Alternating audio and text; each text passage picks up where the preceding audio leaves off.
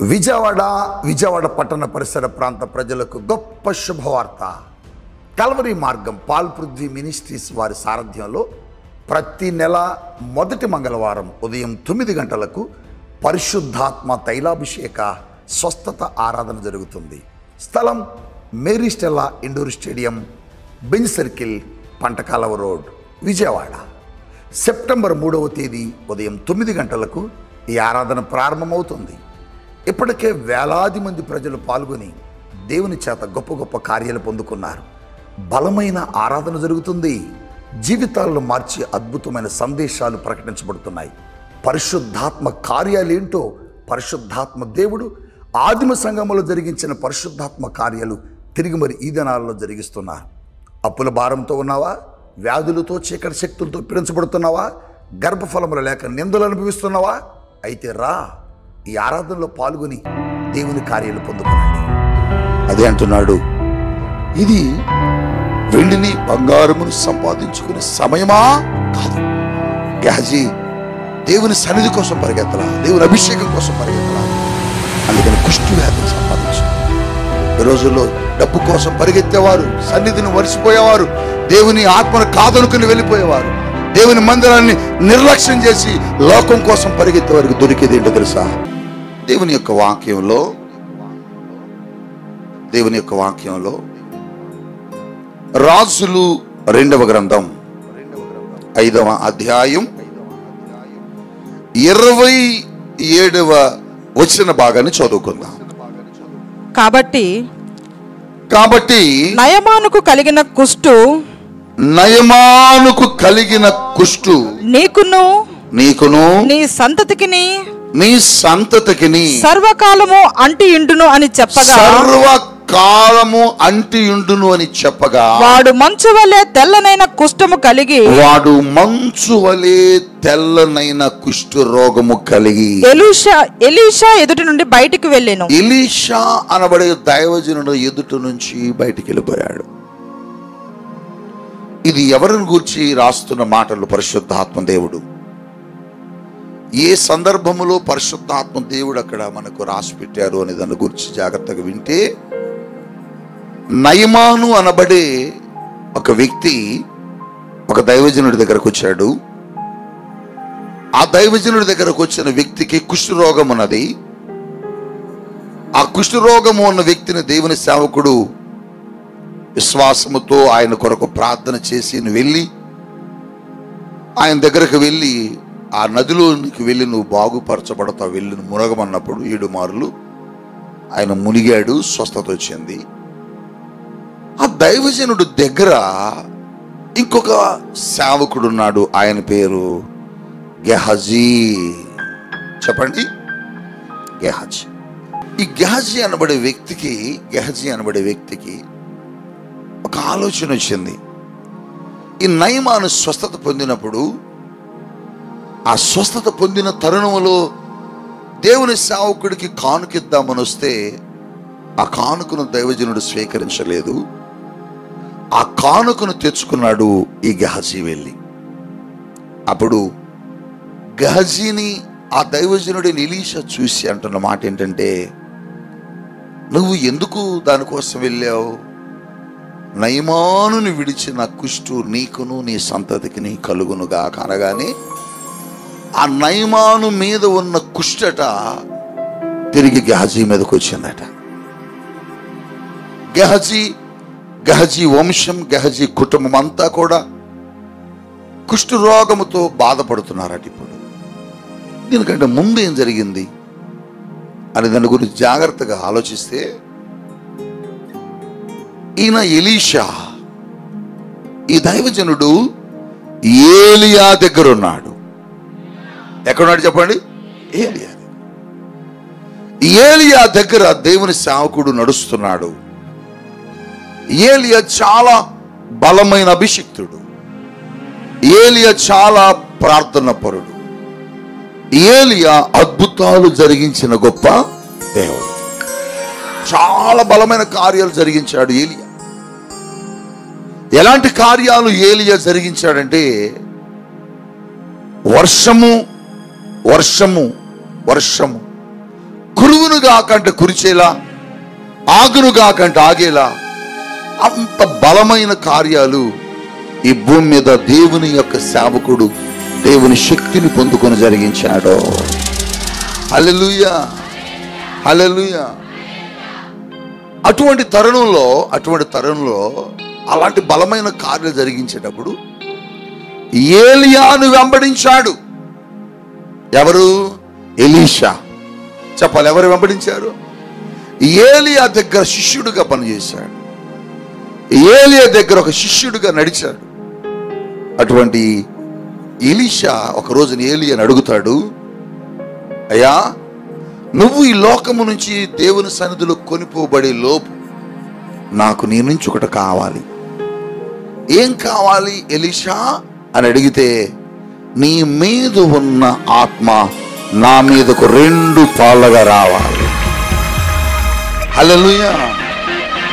ఇప్పుడు మీరు చూడాలి, ఏలియా దేవుని ఆత్మచేత కొనిపోబడుతున్న తరుణంలో ఏలియా దగ్గరే నిలబడున్నాడు ఎలీషా. అప్పుడు ఏలియా అంటున్నాడు, ఎలీషా, నువ్వు అడిగినట్లుగా ఆశించినట్లుగా నా మీద నుంచి నీ మీదకు దేవుని అభిషేకం వస్తున్నదే అని ఆయన మీద ఉన్న దుప్పటట ఇసిరాడట. విసిరితే అది ఎలీషా మీదకు వచ్చి పడ్డది. ఆ ఎలీషా మీదకు వచ్చి పడిన దుప్పటి చూడగానే ఎలీషా ఏమనుకున్నాడంటే, ఇంత బలమైన అభిషిక్తుడు కదా ఏలియా, ఈ ఏలియా ధరించిన ఈ వస్త్రములు ఖచ్చితంగా అభిషేకం ఉంటది, అసలు ఒకసారి ట్రైల్ వేద్దాం ఉందో లేదో అని చూస్తామని యొర్దాను నది దగ్గర నిలబడి ఆ నదిని కోటాడనమాట. కొడితే ఆ యొర్దాను నది 2 పాయలుగా చీలిపోయిందట. అభిషేకం ఉందో లేదో ఆయన మీద ఒకసారి ఆయన పరీక్షించుకున్నాడు.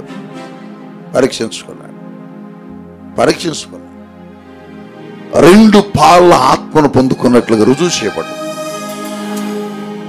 ఏలియా చనిపోయి ఆ పరలోకానికి వెళ్ళిపోయిన తర్వాత ఎలీషా చనిపోయే లోపు ఎలీషా కూడా బోలెడని అద్భుతాలు జరిగించాడు. హల్లెలూయా, హల్లెలూయా. ఏలియా కొన్ని చేస్తే ఎలీషాట వాటికి 2 అంతలు. ఇప్పుడు నేను వాక్యములకు వెళ్ళే ముందు ఒక ప్రశ్నను అడిగి మిమ్మల్ని పరిశుద్ధాత్ముడు వాక్యంలోకి తీసుకెళ్తాడు. ఏలియా ఆయన పరమునకు కొనిపోయేటప్పుడు ఎలీషా నిలబడినప్పుడు ఎలీషా 2 అంతల అభిషేకాన్ని పొందుకున్నాడు. ఏలియా మీద ఉన్న ఆత్మ ఎలీషా మీదకు 2 పాలు వచ్చింది. ఇప్పుడు ఎలీషా మీద ఉన్న ఆత్మ ఎలీషా దగ్గర పనిచేసినటువంటి శిష్యుడైన గెహజీ మీదకి ఎన్ని పాలు రావాలి? 4 పాలు రావాలి, 7 పాలు రావాలి. కానీ ఇక్కడ గెహజీ మీదకి ఏమొచ్చిందంటే కుష్ఠు రోగం వచ్చింది, శాపం వచ్చింది, రోగం వచ్చింది. ఆత్మ రావలసిన స్థలములో దేవుని శక్తిని రెట్టింపుగా 7 అంతలుగా పొందుకోవలసినటువంటి గెహజీ జీవితంలో ఎందుకు ఈ భయంకరమైనటువంటి శాపం? ఎందుకు ఈ భయంకరమైనటువంటి వ్యాధి? ఎందుకు ఈ భయంకరమైనటువంటి శాప జీవితాన్ని గెహజీ అనుభవించాడు? ఎందుకు అనుభవించాడు? 2-3 విషయాలు నీతో దేవుడు చెబుతాడు. ఏలియా మీద ఉన్న దేవుని ఆత్మ ఎలీషా మీదకి వచ్చింది. ఎలీషా మీద ఉన్న దేవుని ఆత్మ గెహజీ మీదకే రావాలి. కానీ గెహజీ మీదకు దేవుని ఆత్మ రాకుండా దేవుని శాపం వచ్చింది. కారణం ఏంటంటే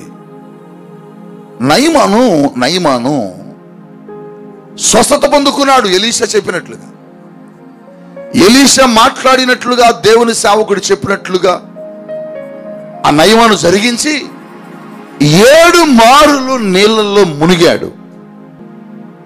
7వ మారు మునగగానే ఆయనకు విశ్వాసం పెరిగింది. దైవజనుడు చెప్పినట్లుగా స్వస్థత పొందుకున్నాడు. ఎప్పుడైతే స్వస్థత పొందుకున్నాడో ఆయనకు ఏమనిపించిందంటే, అరే ఇంత అద్భుతం జరిగింది నా జీవితంలో, ఇంత ఆశ్చర్యమైన కార్యం జరిగింది, ఎన్ని డబ్బులు పెట్టినా బాగుపడదు ఈ జబ్బు, ఎన్ని హాస్పిటల్స్కి వెళ్ళిన తగ్గని జబ్బు దైవజనుడు చెప్పిన మాట ప్రకారం దేవుడు జరిగించాడని ఒక ఆశ, ఒక సంతోషంతో దైవజనుడి దగ్గరికి కానుక తీసుకొని వచ్చాడట. చెప్పండి, ఏం తీసుకొచ్చాడు? ఈ వ్యక్తి స్వస్థత పొంది, అద్భుతం పొందుకొని, మేలు పొందుకొని దైవజనుడికి కానుక ఇవ్వాలని వచ్చాడు. గట్టిగా ఒకసారి దేవుని స్తోత్రం చెప్పండి. ఆ కానుక అన్నాడు, నాకు వద్దులేవయా, మోషే ధర్మశాస్త్రంలో ఏమని ప్రకటించబడ్డదో దాని ప్రకారం నువ్వు చెయ్యిపో అని చెప్పగానే ఆయన తిరిగి వెళ్తున్నాడు. వెళుతుంటే ఈ ఎలీషా దగ్గర పరిచయం చేస్తున్న గెహజీ ఏం చేశాడంటే, ఈయనెవరా బాబు కానుకిస్తాడు వద్దన్నాడు, ఈ పాస్టర్ గారు ఎంపటుంటే మనకేం మిగలవని పరిగెత్తుకుని వెళ్ళిపోయి ఆ కానుకలు తీసుకోవటం కోసం వెళ్ళాడు. ఏంటయ్యా పరిగెత్తుకొస్తున్నావు, మీ దైవజనుడు ఏమన్నా చెప్పాడా అంటే, చెప్పాడు, ఈ కానుకలు తీసుకొని రమ్మన్నాడు. మీ దగ్గర తీసిన కానుక అవన్నీ తీసుకొని రమ్మన్నాడు.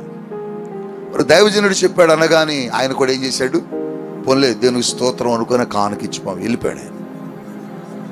ఈ కానుక దైవజనుడు చెప్పలేదుగా, సేవకుడు చెప్పలేదుగా తెమ్మని. ఒకవేళ తీసుకెళ్ళి చూపిస్తామని అంటేనేమోనని ఇంటికి వెళ్ళి ఆ ఇంట్లోనే బీరువాలో జాగ్రత్తగా దాచిపెట్టుకొని ఆయన వచ్చి మరలా ఏమీ తెలియనట్లుగా దైవజనుడు ఎలీషా దగ్గర నిలబడ్డాడు.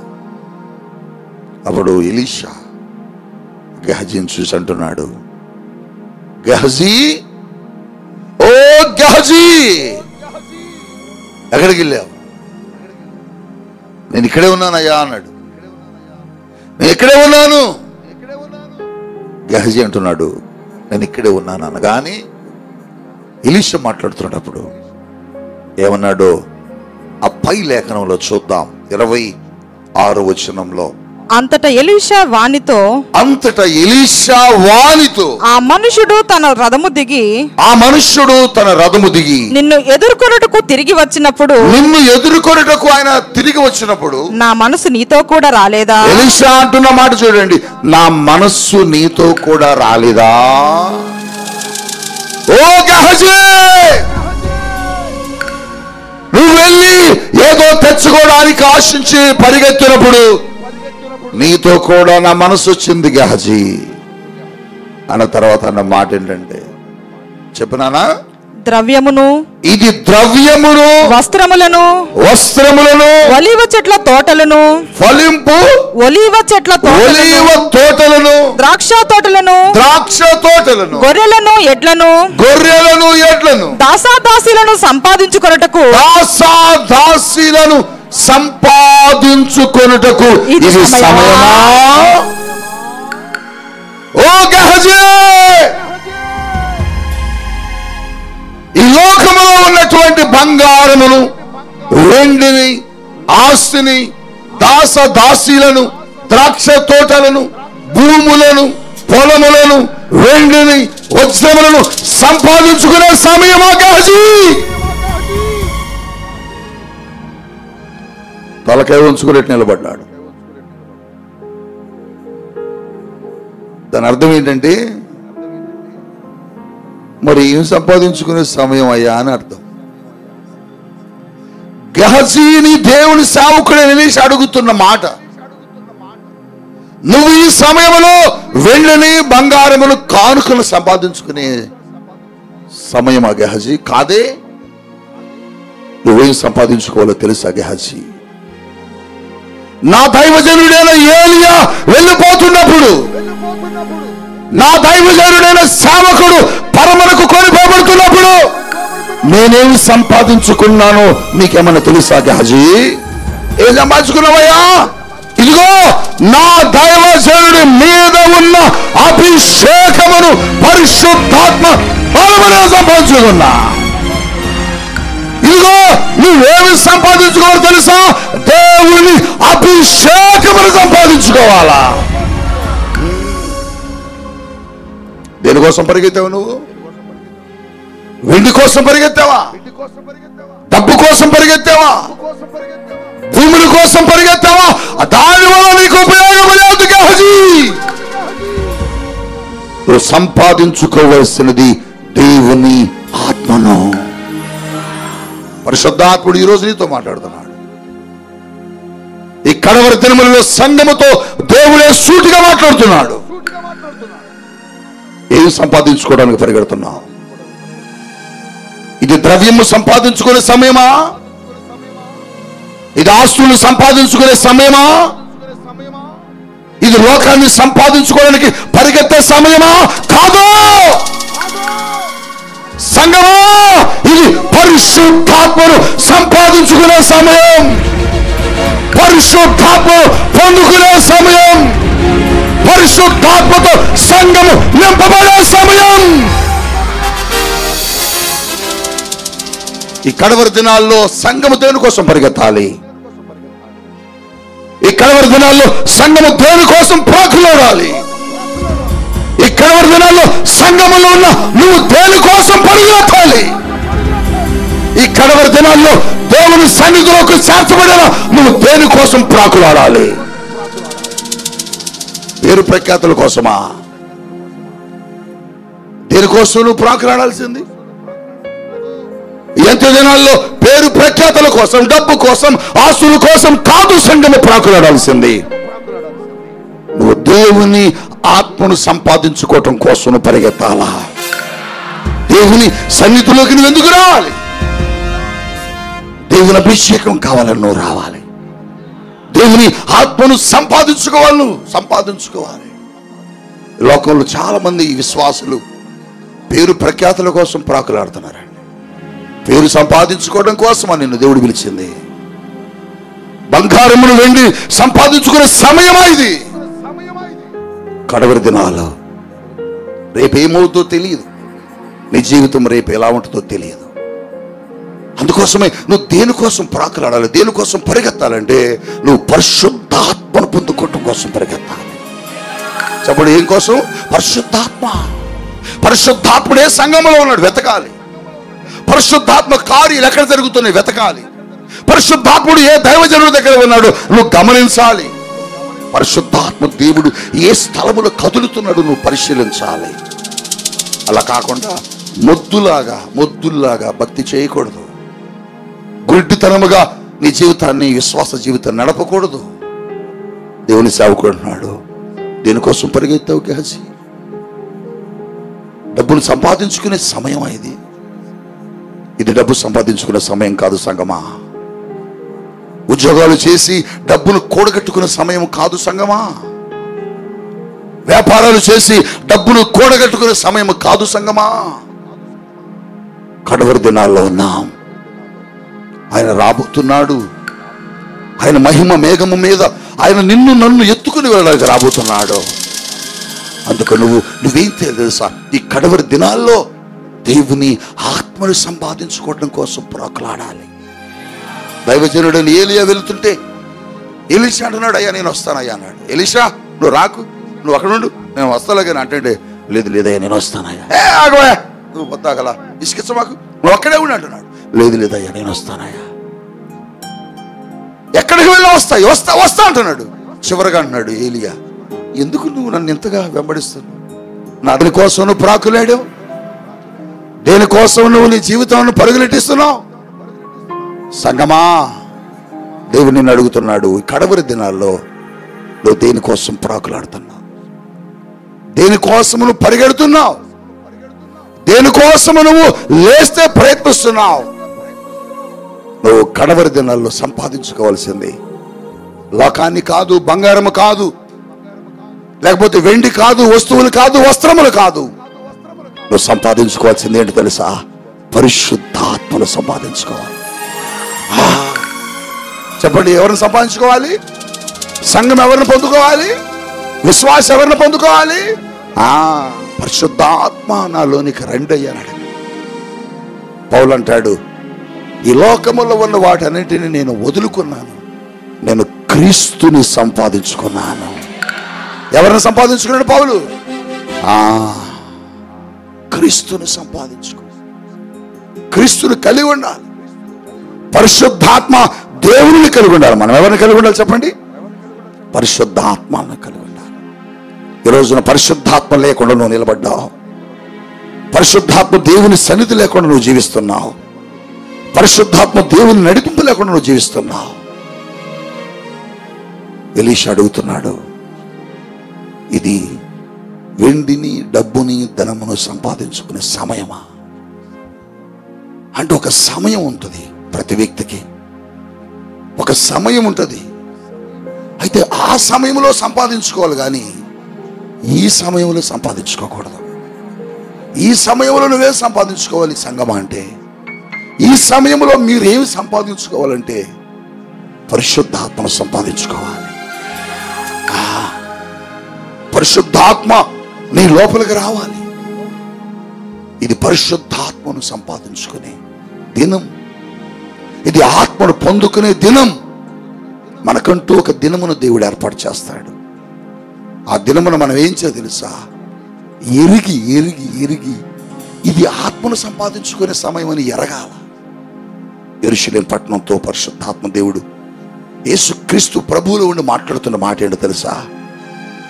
ఓ యెరూషలేమా, ఓ యెరూషలేమా, ఓ యెరూషలేమా, రాళ్లతో కొట్టి ప్రవక్తలను చంపిన పట్టణమా, ఈ దినమందైనను నేను నిన్ను దర్శించిన దినమును నువ్వు ఎరుగకుంటివి.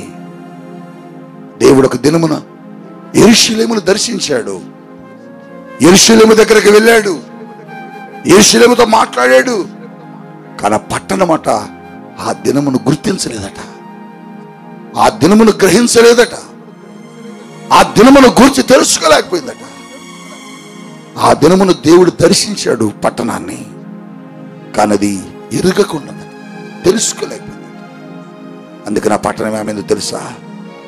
రాయి మీద రాయి కూల్చబడి, తీసివేయబడి, తొలగించబడి పట్టణం కూలి కుప్ప అయిపోయింది. ఒక సమయమున దేవుడు మనం దర్శిస్తాడు. ఆ దర్శించిన సమయమున మనం దాన్ని తెలుసుకొని జీవించకపోతే మన జీవితాలు కూడా అలాగనే కూలిపోతాయి, పడిపోతాయి, నాశనం అయిపోతాయి.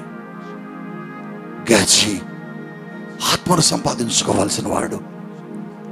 గహజీ పరిశుద్ధాత్మను పొందుకోవలసిన వాడు. గహజీ దేవుని ఆత్మ కొరకు తపన చెందవలసిన వాడు.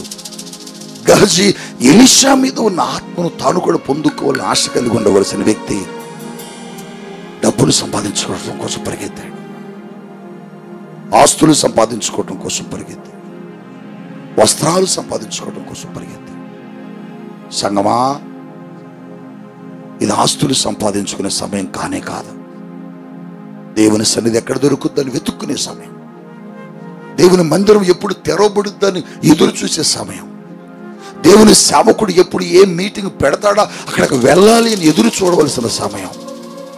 ఎందుకంటే మునుపుటి మందిరము కంటే కడవరి మందిర మహిమట హెచ్చుగా, ఎక్కువగా, అధికంగా ఉంటుందట. ఈరోజు దేవుడికి చెబుతున్నాడు, ఓ ఉద్యోగము ఉద్యోగము ఉద్యోగము ఉద్యోగం అని దేవుని సన్నిధిని నిర్లక్ష్యం చేస్తున్నావు.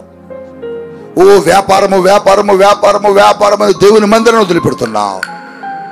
ఓ కుటుంబము, బంధువులు, స్నేహితులు, అది ఇది అని దేవుని మందిరాన్ని వదులుకొని వెళ్ళిపోతున్నావు.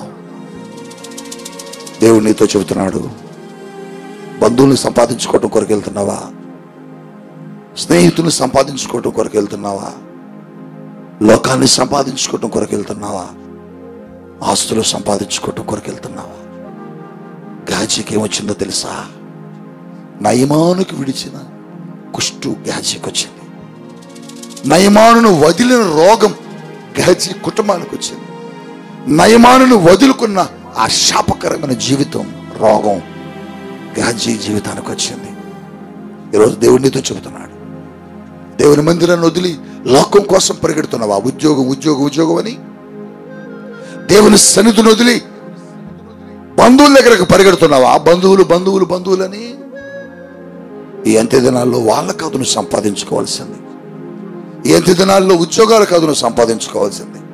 ఈ అంత్య దినాల్లో లోకాన్ని కాదు, డబ్బును కాదు, భూములు కాదు నువ్వు సంపాదించుకోవాల్సింది. దైవజనుడు అంటున్నాడు, ఎందుకు వెళ్ళావు? ఇది వాటిని సంపాదించుకునే సమయమా? ఇది ఆ సమయం కాదు. సంపాదించుకునే సమయం ఒకటి ఉంటుంది, ఆ సమయంలో నువ్వు సంపాదించుకో. కానీ దేవుని సమయంలో నువ్వు దొంగిలించకూడదు. దేవుని మందిర సమయంలో నువ్వు మందిరంలో ఉండాలి. చాలా మంది ఏం చేస్తున్నారంటే ఆయన సన్నిధిలో ఆయన సమయాన్ని పాడు చేస్తున్నారు, తెలియటలే. అందుకనే పౌలు అంటాడు, ఈ సమయం అందైనను ఇదిగో నీ ముందు రక్షణ పెట్టబడ్డది, నీ ముందు స్వస్థత పెట్టబడ్డది. దీన్ని ఏం చేయాలి? పోనీయక సద్వినియోగపరుచుకోవాలంటున్నాడు. సమయమును చెప్పండి, పోనీయక సద్వినియోగపరుచుకోవాలి. సమయం అన్ని సందర్భాల్లో పరిశుద్ధాత్ముడు నేను ఎత్తుకుంటూ రాడు. అన్ని సమయాల్లో నువ్వు ఎక్కడ నిలబడితే అక్కడికి వచ్చి పరిశుద్ధాత్ముడు నీ పక్కన నిలబడడు. ఆయన ఒక సమయంలో నీ దగ్గరకు వస్తాడు. ఆ సమయంలో నువ్వు ఎదురు చూడాలి ఆయన కోసం. ఆ కోనేట్లో నీరు సమయ ప్రకారం దేవదూత వచ్చి కదిలిస్తున్నాడు. కదిలించినప్పుడే వెళ్ళిన వారు స్వస్థత పొందుతున్నారు. అంటే దేవుడు ఒక సమయాన్ని మన కొరకు నిర్ణయిస్తాడు. ఈ సమయం పరిశుద్ధాత్ముడు చెబుతున్నాడు, ఇది నువ్వు ఆత్మ కోసం ఆతృత కలగవలసిన సమయం. పరిశుద్ధాత్మను పొందుకోవటం కోసం సంఘము ఉపవాసాలు ఉండాల్సిన సమయం. పరిశుద్ధాత్మ నింపుదల కోసం సంఘములో నువ్వు ఎదురు చూడవలసిన సమయం. ఈ సమయంలో నువ్వు పరిశుద్ధాత్మను పొందుకోకుండా, ఈ సమయంలో దేవుని మందిరంలో లేకుండా, ఈ సమయంలో పరిశుద్ధాత్మ కార్యాల కొరకు ఎదురు చూడకుండా నువ్వు ఎదురు చూస్తున్నా.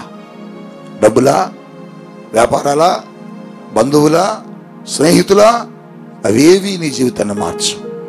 నీ జీవితంలోకి పరిశుద్ధాత్ముడు రావాలి. నిన్ను పరిశుద్ధాత్ముడు నింపబడాలి. పరిశుద్ధాత్మతో నువ్వు నింపబడినప్పుడు నీ జీవితంలో గొప్ప కార్యాలు జరుగుతాయి. అందుకని పేతురు అంటున్నాడు, రే ఏంటో నా వైపు చూస్తున్నావు? ఎందుకు చూస్తున్నావు నా వైపు? ఎందుకు చూస్తున్నావు అంటే ఆడంట వీరి దగ్గర ఏమైనా వెండైనను బంగారమైనను కానుకలేమని ఇస్తారని ఎదురు చూస్తున్నాడట. పేతురు అంటున్నాడు, నువ్వు ఎదురు చూసినట్లుగా మా దగ్గర వెండి లేదు, బంగారం లేదు. మరి ఏముందయ్యా మీ దగ్గర? మా దగ్గర మేము సంపాదించుకున్న యేసు నామం ఉన్నదే. చెప్పండి, ఏమున్నది? యేసు నామం. యేసు నామం. ఏం సంపాదించుకున్నాడు? యేసయ్యను సంపాదించుకున్నాడు.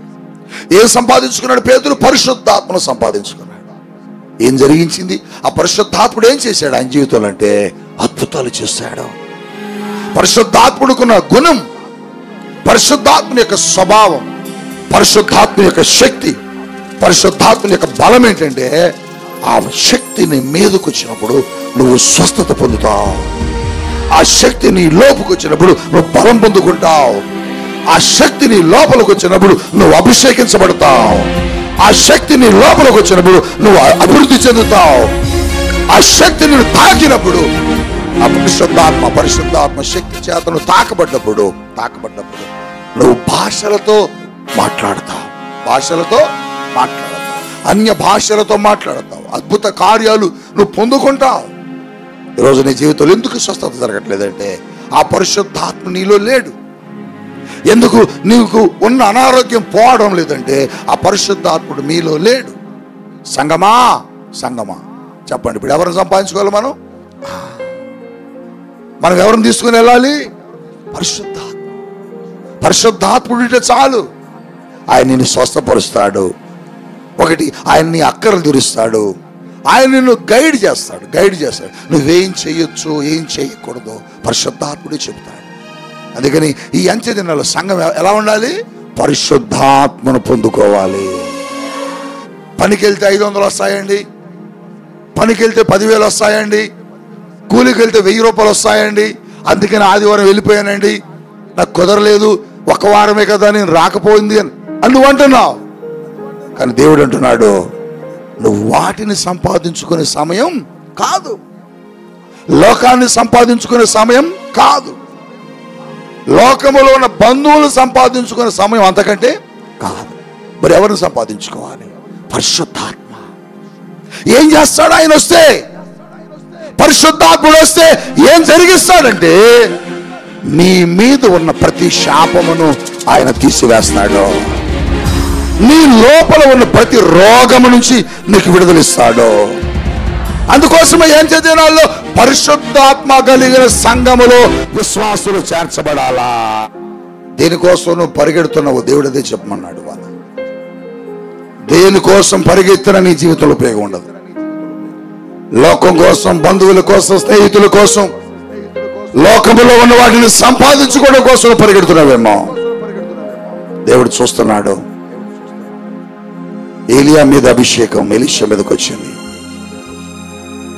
ఎలీషా మీద అభిషేకం గెహజీ మీదకి రావాలి, కానీ శాపం వచ్చింది, రోగం వచ్చింది, కుష్టు రోగం వచ్చింది. కారణం గెహజీ ఎలీషాలా దేవుని ఆత్మ కోసం పరిగెత్తలేదు. నువ్వు కూడా దేవుని ఆత్మ కోసం పరిగెత్తు. దేవుని ఆత్మను సంపాదించుకోవడం పరిగెత్తు. దేవుని ఆత్మతో నింపబడటం కోసం పరిగెత్తు. దేవుని అభిషేకం పొందుకోవటం కోసం పరిగెత్తు. దేవుని శక్తిని పొందుకోవటం కోసం పరిగెత్తు. ఆ అభిషేకం ఏం చేస్తుందంటే అద్భుతాలు చేస్తుంది. ఆ అభిషేకం ఏం చేస్తుందంటే స్వస్థతలు చేస్తుంది. ఆ అభిషేకం ఏం చేస్తుందంటే దేవుని కార్యాలను చేస్తుంది. గట్టిగా చెప్పబడదా? అందుకని అంచెదినాల్లో మీరు ఎవరిని పొందుకోవడం కోసం పరిగెత్తాలి. కానీ గెహజీ దేనికోసం పరిగెత్తాడు? వెండి కోసం పరిగెత్తాడు, బంగారం కోసం పరిగెత్తాడు, లోకములో ఉన్న వాటి కోసం పరిగెత్తాడు. వాటి కోసం కాదు నువ్వు నేను పరిగెత్తాల్సింది. ఈ కడవరి దినాల్లో పరిశుద్ధాత్మ కావాలి. దైవజనగమా, ఈ కడవరి దినాల్లో లోకం కోసం వద్దు, ఆత్మ ఆత్మ ఆత్మ ఆత్మ కోసం ప్రాకులాడు. పరిశుద్ధాత్మను పొందుకోవటం కోసం ప్రాకులాడు. వారు ఆ రోజున 120 మంది ఆ గదిలో కూర్చొని దేనికోసం వారు ఎదురు చూశారు, దేనికోసం వారు కనిపెట్టుకున్నారంటే పరిశుద్ధాత్మ దేవుని కోసమే. సంగమా, పరిశుద్ధాత్మను సంపాదించుకోండి. మీరు కూడా దేవుని అడగండి, దేవజనుడి మీద ఉన్న అభిషేకం నా మీదకి ఇవ్వయ్యా. దేవుని సన్నిధిలో నేను ఎప్పుడు అది అడిగేవాడిని, ప్రభువా నీ మీద ఉన్న అభిషేకం నాకు ఇవ్వయ్యా, నీ ఆత్మశక్తి నాకు ఇవ్వయ్యా, నాకు ఇల్లు ఇవ్వయ్యా, కారు ఇవ్వయ్యా, భూమి ఇవ్వయ్యా, పొలం ఇవ్వయ్యా, బంగారం ఇవ్వయ్యా అని నేను ఎప్పుడు అడగలే. నేను ఎప్పుడు అడిగినా ప్రభువా నాకు కొలత లేని అభిషేకం నాకు ఇవ్వయ్యా, నా తల మీద ఎప్పుడు నీ అభిషేకం ఉండాలి ప్రభువా, నా చేతులు ఎప్పుడు నీ అభిషేకంతో తాకబడాలి, నా దేహం అంతా నీ అభిషేకంతో తాకబడాలి ప్రభు అని అడుగుతూ ఉంటాం. ఈ కడవరి దినాల్లో మనం ఆత్మను పొందుకోవాలి. ఆత్మను పొందుకునే సంఘాలు పరలోకానికి ఎత్తబడతాయి. ఆత్మను పొందుకునే సంఘాలు దేవుని సన్నిధిని చేరతాయి. అందుకనే పరిశుద్ధాత్మను పొందుకోవడం కోసం మీరేం చేయాలి? కనిపెట్టుకోవాలి, పరిగెత్తాలి. దానికోసం ఎక్కడెక్కడికో పరిగెత్తితే ఉపయోగమే లేదు. పరిశుద్ధాత్మ ఉన్న సంఘంలోకి నువ్వు వెళ్ళాలి. హల్లెలూయా. నువ్వు అడగాలి, ప్రభువా ఆ దైవజనుడి మెచ్చుడు ఎంత ఆత్మతో, నాకు కూడా అలాంటి ఆత్మని. ఏలియాను గురించి చదువుతున్నా, ఎలీషా గురించి చదువుతున్నా, పేతురు గురించి చదువుతున్నా, పౌలు గురించి చదువుతున్నా, నాకు అనిపించేది ప్రభు ఇటువంటి ఆత్మ నాకు ఇవ్వయ్యా. దేవుడు అన్నాడు, కొలత లేని ఆత్మతో నేను నింపుతాను. యాకోబు అంటున్నాడు, నన్ను దీవించేదాకా నేను నిన్ను వదిలిపెట్టను, నిన్ను విడువనయ్యా, నిన్ను వదిలిపెట్టు. ఈరోజు నువ్వు కూడా అలాంటి మొండితో ప్రభువా నన్ను అభిషేకించు, నన్ను నీ ఆత్మతో నింపు నింపు అని కనుక నువ్వు అడిగితే ఇప్పుడే ఆయన ఆత్మతో నింపుతాడు.